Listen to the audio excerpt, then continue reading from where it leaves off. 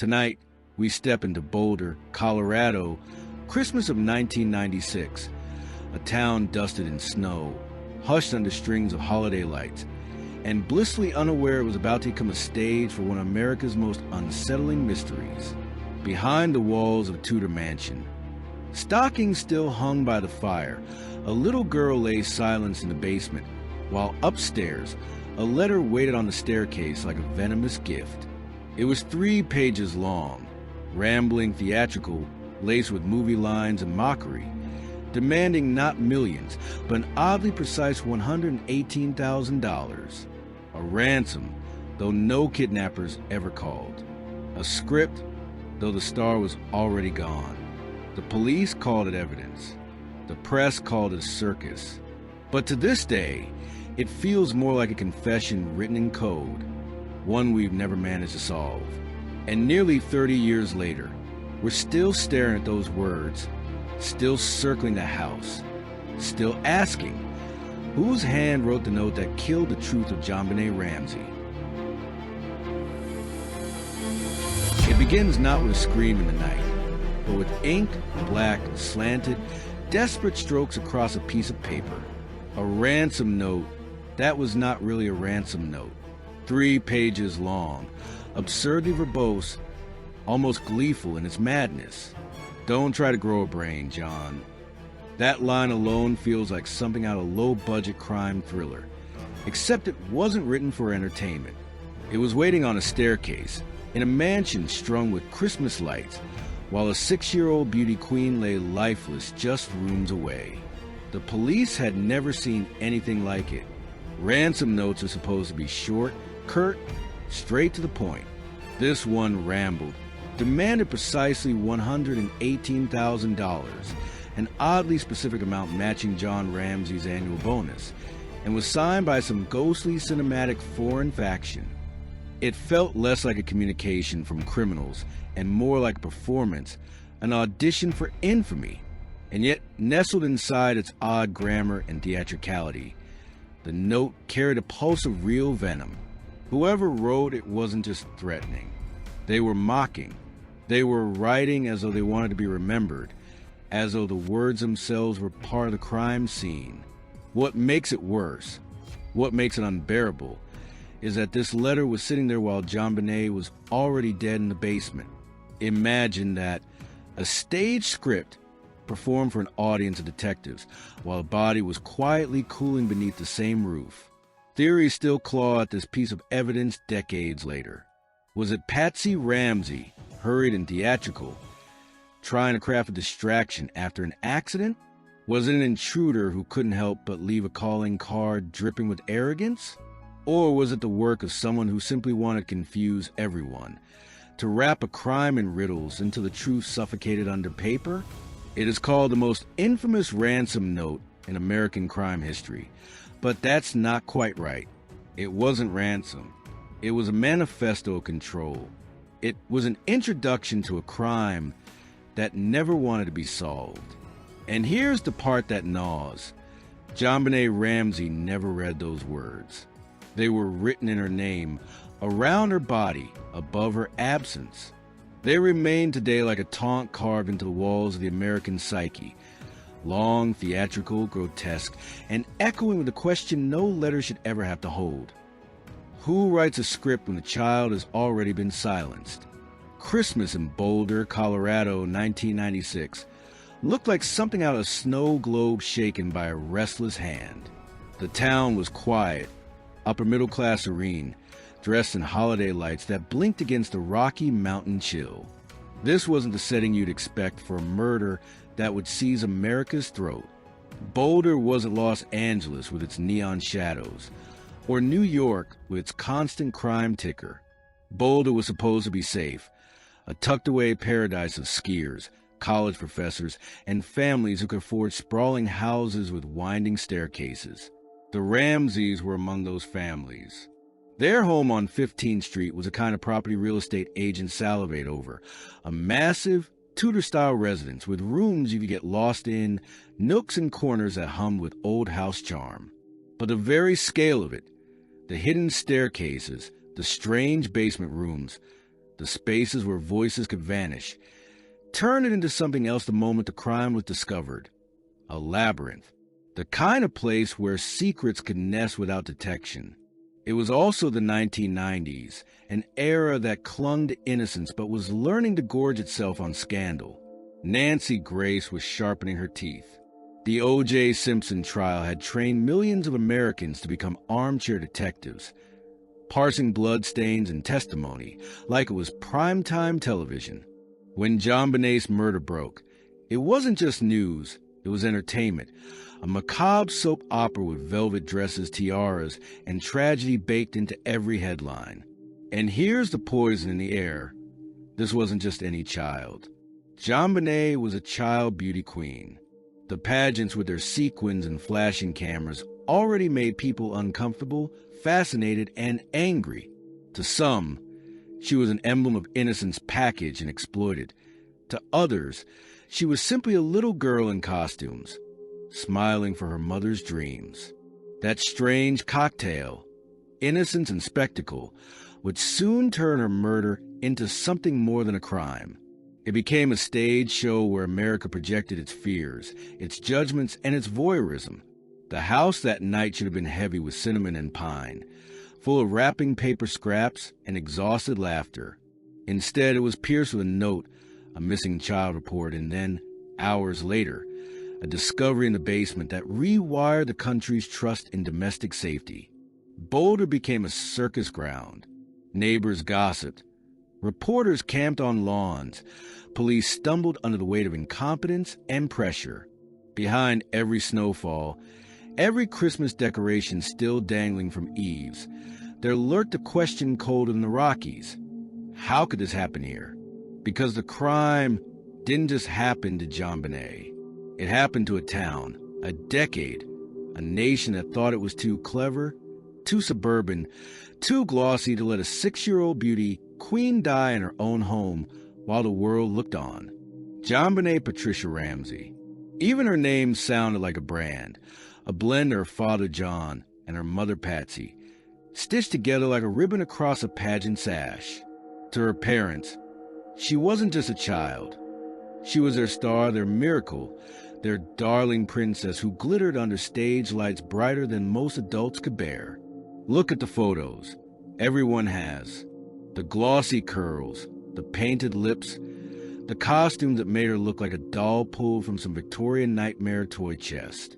And yet, behind all that, there was still just a 6-year-old girl. She liked dressing up, sure, but she also liked bikes, friends, Christmas morning surprises.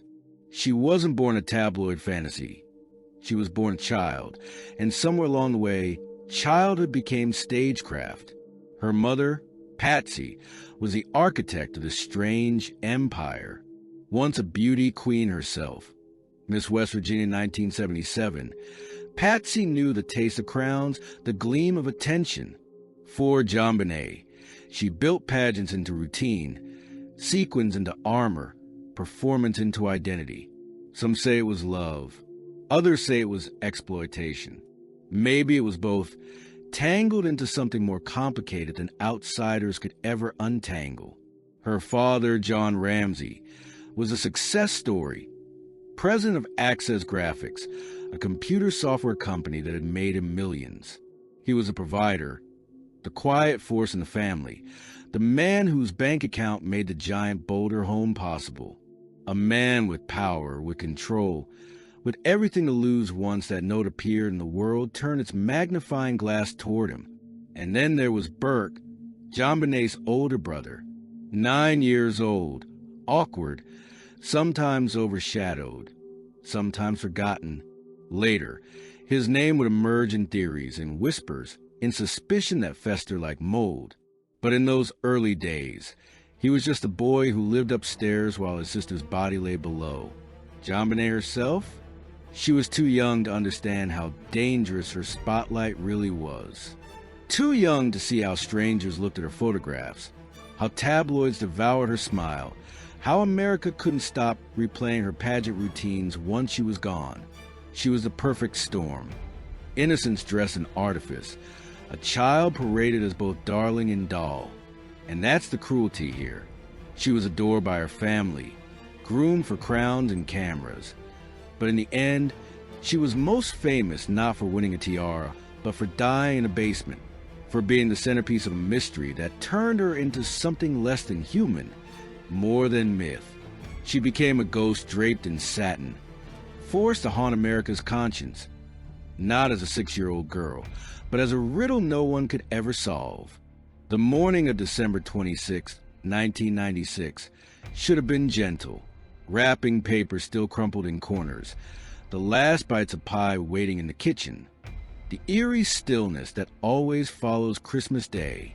Instead, panic bled into the Ramsey house before the sun even climbed over the Rockies. At 5:52 a.m., Patsy Ramsey dialed 911. Her voice trembled with something that didn't sound rehearsed, but didn't sound entirely real either, like someone halfway between genuine horror and performance. She said her daughter was missing. She said she found a ransom note on the back staircase. Her words were fragments, messy, terrified, but the tape would later be dissected frame by frame, breath by breath, as though the truth could be hidden in her tone. Police arrived. Neighbors drifted in. Friends hovered. The house became contaminated almost instantly. Too many feet, too many voices, too many casseroles brought in, as if this were a wake before anyone admitted there was a body.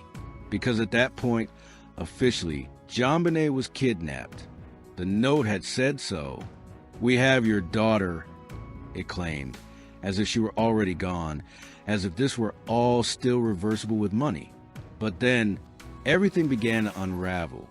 There was no call from kidnappers, no plan for exchange, no movement outside the walls of that house. Hours passed. The tension built. Detectives, clumsy and unprepared, told John Ramsey to search the house himself.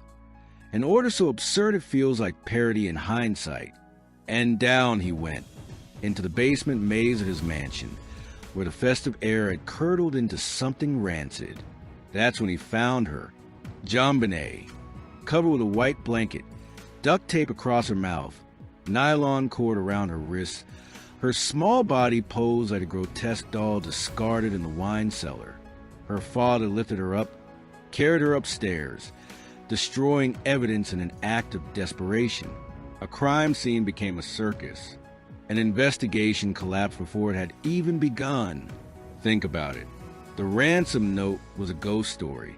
The phone call was theater. But the basement, that was reality. That was the place where fiction ended and horror began. In one morning, Christmas curdled into a funeral. A child was gone. A town was poisoned. A family was marked forever. And the note, the discovery, the duct tape, the garrote, these weren't just clues. They were opening shots in a mystery so tangled it would never be truly solved. From that moment on, nothing about the Ramsey house would ever feel like a home again. It became a crime scene, a stage, a mausoleum of secrets. If this were fiction, the ransom note would be the red herring, the duct tape the smoking gun, the garrote the neat and tidy conclusion. But this was Boulder. This was December 1996, and reality refused to play by narrative rules. The crime scene was chaos. Friends and neighbors wandered in and out of the Ramsey house like it was an open house. The family pastor prayed in the living room. A victim advocate comforted Patsy, while police officers sipped coffee and left fingerprints on banisters. It was less investigation, more church potluck with a corpse in the basement. Evidence was trampled, compromised, evaporated. If there had been a perfect clue, it was lost before noon. And then came the contradictions. JonBenét had a garrote fashioned from one of Patsy's paintbrushes that suggested planning, sadism, a ritualistic cruelty. But there were also signs of blunt force trauma, a blow to the head so severe it could have killed her outright. Which came first? Was she strangled deliberately? Or was the garrote a stage prop, added later to muddy the waters? The ransom note asked for $118,000, John Ramsey's bonus, almost down to the dollar. Coincidence or intimate knowledge? Police stare at the handwriting, noting similarities to Patsy's loops and curves. But handwriting analysis is an art form built on sand. Nothing conclusive. Nothing solid. DNA? Yes, there was foreign DNA in JonBenét's underwear. But it was trace, degraded, possibly contamination. Was it the killers? Or was it the detritus of manufacturing, laundry, household living? Even modern testing decades later couldn't untangle it fully. Meanwhile, public opinion was splitting into jagged camps. Some saw a shadowy intruder, a madman who slipped through a basement window, wrote his Shakespearean ransom note, killed a girl, and vanished into Colorado night. Others saw a family imploding under its own secrets, an accent covered up of melodrama, a note written in desperation, a child's sacrifice of reputation. And the press, oh, the press, fed on every detail like wolves. Photos of JonBenét in glittering dresses filled tabloid covers. Her parents were either grieving saints or grotesque suspects, depending on the day. People stopped talking about the little girl and started talking about the Ramseys, the note, the garrote. JonBenét the person disappeared behind JonBenét the case. What emerged was not a single coherent story, but a hall of mirrors. Every reflection contradicted the last.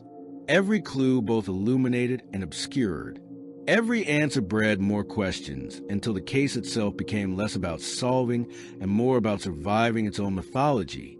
And through it all, the question pulsed, feral and unrelenting. Was a danger inside the house, or had it crept in from outside? The investigation should have been a scalpel, sharp and precise. Instead, it was a butter knife, clumsy, smearing suspicion everywhere without ever cutting clean. Boulder police were overwhelmed from the start. They had a crime scene already poisoned, a family wealthy and lawyered up, and a nation of voyeurs demanding answers yesterday. So, theories became lifeboats. And there were many. The intruder theory. Someone slipped into a broken basement window, hid in the house until the family slept, then staged a kidnapping gone wrong. There were footprints in the snow, or were there? Photos showed a smooth, undisturbed layer, but police records noted marks. Maybe from officers, maybe not. A suitcase was found beneath the basement window, as if someone tried to climb out with JonBenét but failed. A boot print that didn't match the family's shoes was found near her body. Intruder fingerprints? Unknown. DNA? Unresolved. It was a theory that sounded cinematic, almost plausible, but collapsed under its own vagueness. The Ramsey theory. Everything was staged. JonBenét suffered an accident. Maybe a blow from a flashlight. Maybe a sibling fight gone too far. Panic. Cover up. Patsy scribbled a ransom note. Reaching for drama in the middle of the night, John discovered the body later, ensuring he was the one to frame the narrative. This theory had motive. Protect the family, protect reputation. It had opportunity. Only they were in the house. But it required believing that grieving parents could immediately transform into playwrights of their own daughter's murder. The Burke theory. The 9-year-old brother snapped, struck his sister in a rage. The parents found her dying, decided to cover for him. It explained the head injury, the chaotic staging, the strange distance Burke displayed in interviews years later. But it painted a child as a killer, a child shielded by an empire of adult deceit. Did it feel believable, or was it another grotesque rejection by a public hungry for anyone to blame? And then the fragments. A mysterious stun gun mark on JonBenét's back. Could an intruder have used it? Or was it a red herring from another injury? The ransom note's bizarre references to movies like Dirty Harry and Speed. Was the killer a cinephile? Or was someone padding out their panic with remembered dialogue? The lack of forced entry, unless you believe the basement window was a viable path. Every clue was both damning and exonerating, depending on which side you stood on. The case didn't produce theories. It devoured them, chewed them into contradictions, spit them out as folklore. What should have been a trail toward justice became a carnival of suspicion. And every time the investigation tried to move forward, it tripped over its own incompetence and face-planted into the national spotlight. JonBenét's case didn't just invite theories. It manufactured them like a cursed factory working overtime, each one uglier and stranger than the last. If there was a single moment when the case stopped being a homicide investigation and mutated into an American fever dream, it was when suspicion turned inward and the Ramseys became both grieving parents and prime suspects. The police, frustrated and embarrassed by their bungling, leaned hard into the family theory. Patsy, with her shaky handwriting that sort of, maybe matched the ransom note. John, with his corporate success and suspicious calmness. Burke, with his childhood awkwardness dissected like he was a lab rat under a microscope. The family lawyered up fast. Too fast, some said. Their refusal to sit down for another round of police interviews without conditions was painted as guilt instead of self-preservation. And the media? They went berserk. Late-night hosts cracked jokes about the garrote. Grocery store tabloids ran lurid covers every week, splattering JonBenét's pageant photos next to screaming headlines. Murder by mom? Burke did it foreign faction terrorists in Boulder. America wasn't watching a tragedy. They were binge-watching a grotesque series, each headline a new episode. Then came the grand jury in 1999. Behind closed doors, they reviewed evidence, testimonies, the poisoned fruits of a spoiled investigation. In secret, they voted to indict both John and Patsy Ramsey, not for murder, but for child abuse resulting in death and for helping cover it up, a charge that would have branded them as complicit, if not killers. But here's the twist that cracked the narrative. The district attorney refused to sign the indictment. Too weak, too circumstantial, too flawed. And so, officially, the Ramseys were not prosecuted. This was a breakdown. Trust in law enforcement collapsed. The public split into bitter factions, those convinced of the parents' guilt, and those who believed an intruder had stolen a child while incompetent police pinned the crime on the grieving family. Worse still, the case began to attract the parasites. False confessions, tipsters hoping for reward money, people who inserted themselves into the tragedy for attention. In 2006, John Mark Carr, a bizarre schoolteacher in Thailand, confessed to JonBenét's murder in explicit, stomach-churning detail, only for DNA to clear him almost immediately. His confession wasn't evidence. It was theater, grotesque, and hollow. By then, the case had slipped fully into nightmare territory. It wasn't about JonBenet anymore. It was about reputation, spectacle, the failure of justice, the hunger of media. A child was dead. But the turning point had transformed her death into something worse. A performance so sprawling and incoherent that truth drowned under applause for its own horror. The breakdown wasn't just in the investigation. It was in us, the audience who couldn't stop watching. Resolution? Don't make me laugh. This case never had one. What as is a spider web. Sticky, endless, designed to keep pulling you deeper into your thrashing around and asking yourself if there even is such a thing as truth. Let's pretend, for just a moment, that the family did it. Patsy, in a fog of rage or exhaustion, struck her daughter. John, pragmatic to a fault, staged the scene. The note was written as theater. If you believe that story, then everything is horrifyingly tidy. A domestic accident covered by privilege and wealth, hidden in plain sight. But here's the catch. There was never enough evidence to stick. Never a confession. Never a forensic smoking gun. And Patsy? She died of ovarian cancer in 2006, still swearing on her child's grave that she was innocent. Now, entertain the intruder. Some phantom slips into the house, writes a note 3 pages long, fashions a garrote from Patsy's art supplies, kills JonBenét, then leaves without ever being seen, heard, or properly traced. Does it sound insane? Yes, but insanity doesn't mean impossible. DNA evidence, those tiny unidentified male markers on JonBenét's underwear and leggings, still whisper about a stranger. Whisper, but never shout, because DNA is fickle and contamination is a beast. Every possibility closes one door and opens 3 more. That ransom note, too specific for an intruder, too absurd for panic parents. That garrote, too elaborate for a cover-up, too grotesque for a quick kill. The basement window, too convenient for a theory, too circumstantial for proof. And the questions multiply. Why write a ransom note at all if JonBenét was already dead in the house? Why ask for $118,000, such an oddly personal number, if you weren't already in John Ramsey's orbit? Why were there pineapple fragments in JonBenét's stomach, the same pineapple found in a bowl on the Ramsey kitchen counter, when her parents claimed they hadn't served it that night?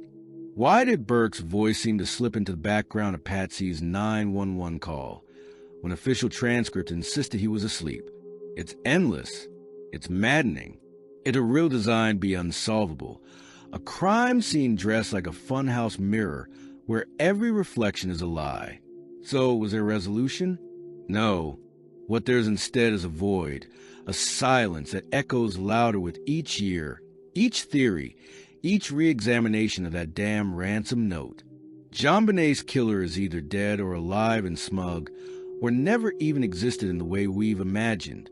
The only thing certain is that truth suffocated under paper, tape, and doubt. The aftermath of JonBenét's death wasn't measured in arrests or verdicts. It was measured in the wreckage left behind. The Ramseys' lives disintegrated under the weight of suspicion. Patsy, hounded until her last breath.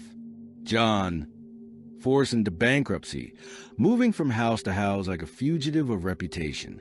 Burke, dragged into interviews years later, smiling oddly, dissected like a specimen on live television.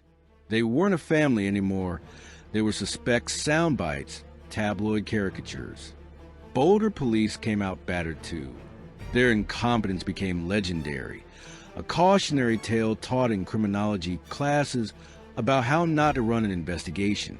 Evidence mismanaged, chain of custody broken, crime scene obliterated by casseroles and neighbors.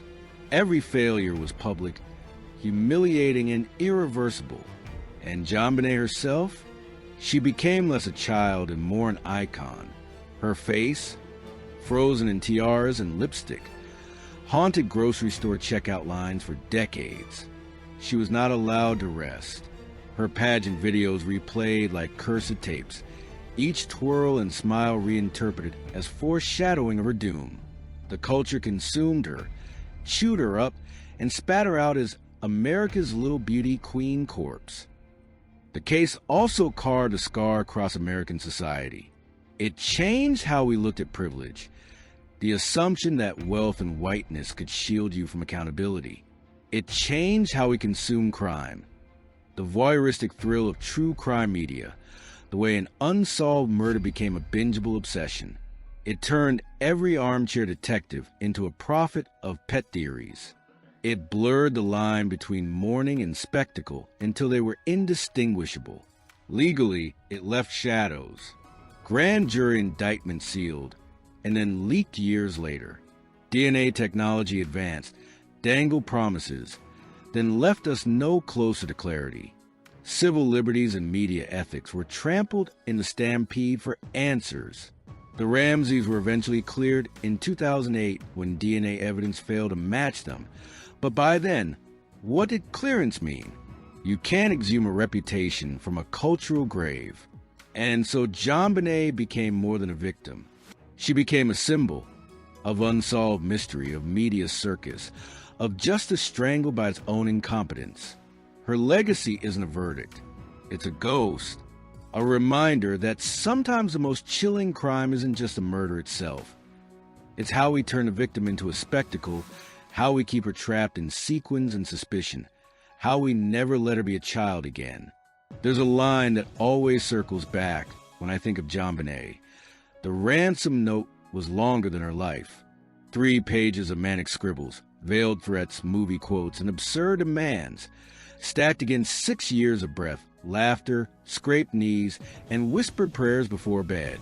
It feels obscene, like the killer or whoever wrote it left behind more words than a child ever had time to speak.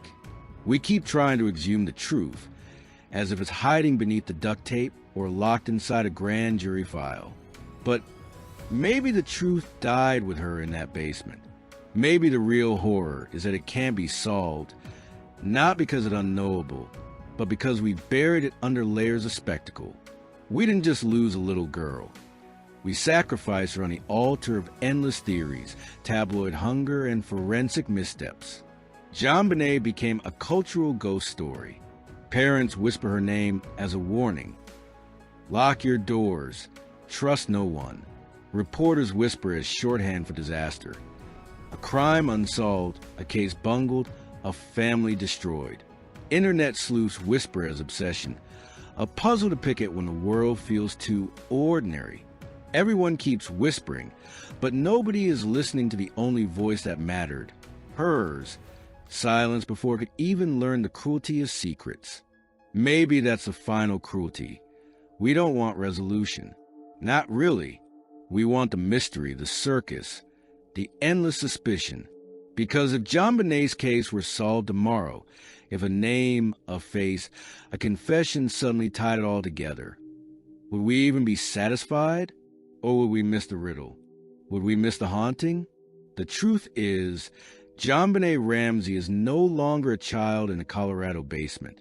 She's a mirror. When we look at her case, we don't just see a victim, we see ourselves.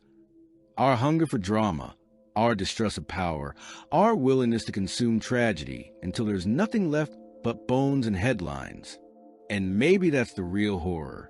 Not that a child was murdered in her home, but that nearly 30 years later, we still keep her locked in that house, that basement, that ransom note, because deep down, we prefer her as a mystery instead of what she really was, a little girl who should have grown up.